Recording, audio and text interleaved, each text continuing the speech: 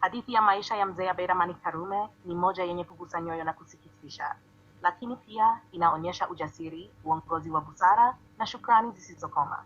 Karume alizaliwa mnamo mwaka wa 1905 katika kijiji cha Micheweni, Pemba, ambacho wakati huo kilikuwa chini ya utawala wa kikoloni wa Kijerumani.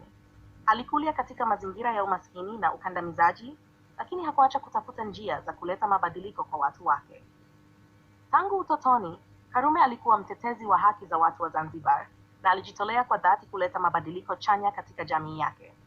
Alihamasisha watu wa Zanzibar kupigania uhuru na usawa, akiongoza maandamano na harakati za kisiasa dhidi ya utawala wa kikoloni. Baada ya mapinduzi ya Januari 1964, Karume alikuwa kiongozi mkuu wa Zanzibar huru.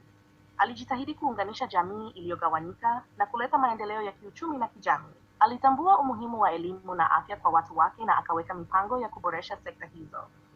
Hata hivyo, safari ya Karume ilifikia kikomo ghafla mnamo Aprili 7 wakati alipouawa kwa kupigwa risasi ofisini kwake.